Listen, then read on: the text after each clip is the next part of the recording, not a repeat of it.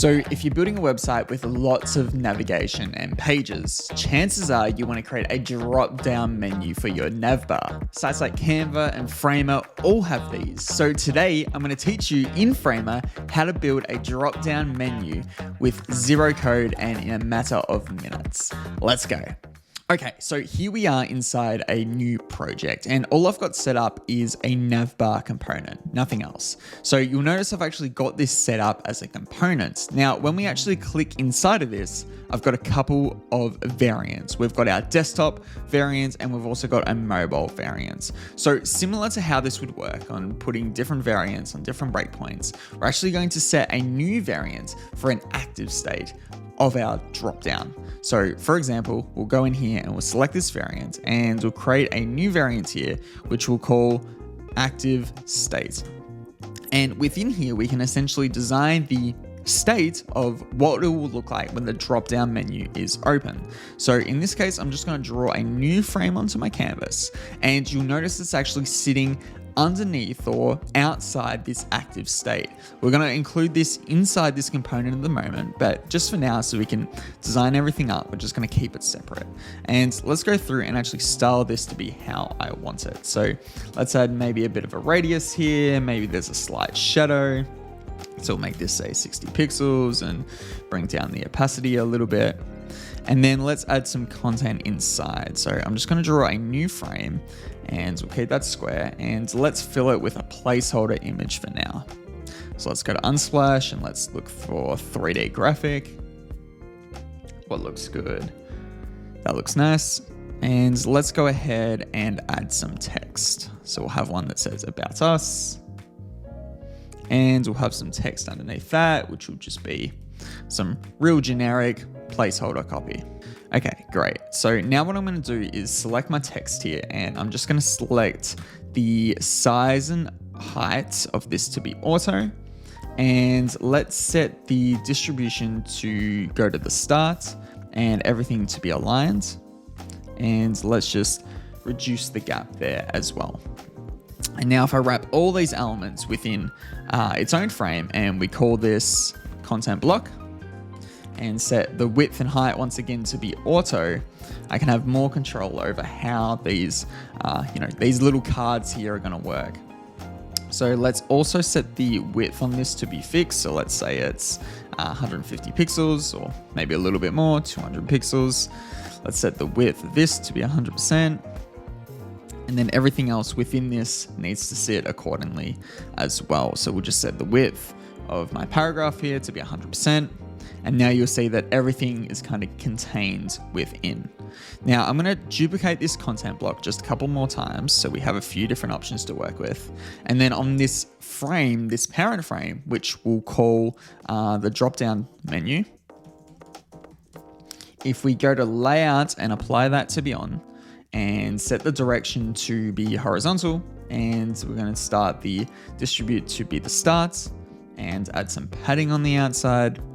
Now you'll notice we've actually got a drop down menu that looks pretty decent. We can go through and we can, update the content so it's a little bit different for each. So let's find another 3D graphic here. And let's also do the same for this one. That looks pretty cool. And we can update the text as well.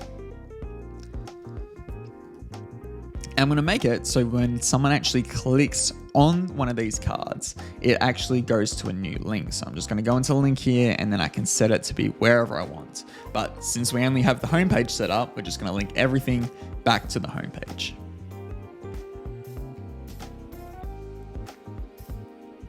Now, I'm going to set the width of this drop-down menu to be auto, so we'll automatically just fill as much content as is needed. And there we go. That looks like a pretty good, drop-down menu. Now, what we have to do is actually connect it to our menu, because if I click on play, yes, this is a drop-down menu, but if I actually go to my active state here, you'll see that nothing is really happening. So to do this, what we're going to do is we're going to actually create this drop-down menu and we're going to put it inside the active state component here. And what we're going to do is set the positioning to absolute. And now we can actually drag this down just a little bit more. And you'll notice it's not showing. It's like it's hidden. And even if we press play, you'll notice it's not being shown anywhere. So to get around this, what we need to do is go back to our components and select the active state variant once again. And we're going to go down to overflow here within the properties panel. And we're going to change it from hidden to visible. And now you can see that this drop-down menu is showing. So if we click on play on the active state, you'll notice we can now see this drop-down menu. So let's go ahead and actually just style this however we want it.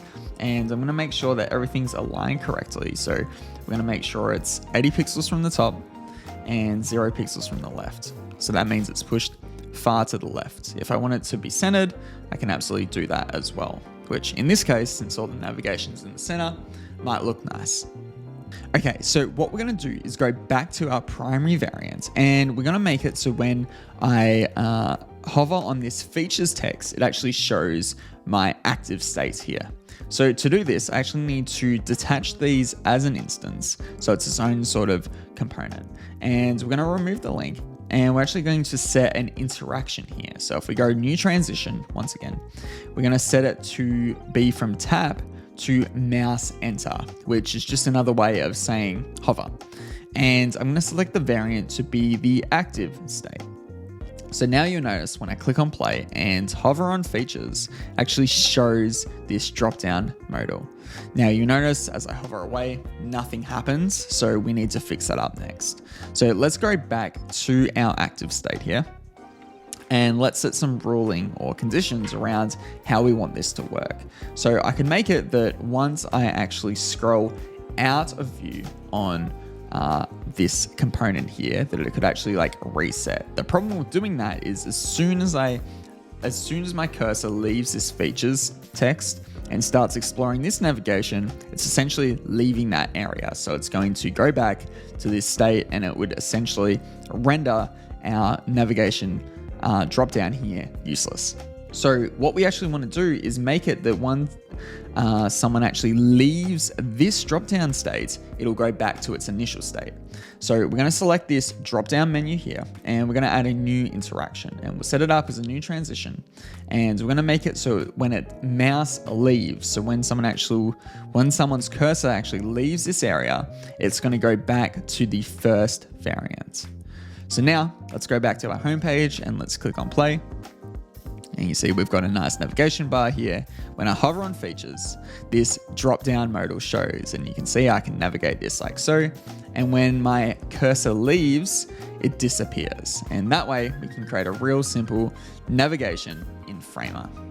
If you found this Framer tutorial useful and you want more content like this, feel free to consider subscribing to the channel or check out our Ultimate Framer Masterclass, which is my A to Z course on mastering Framer.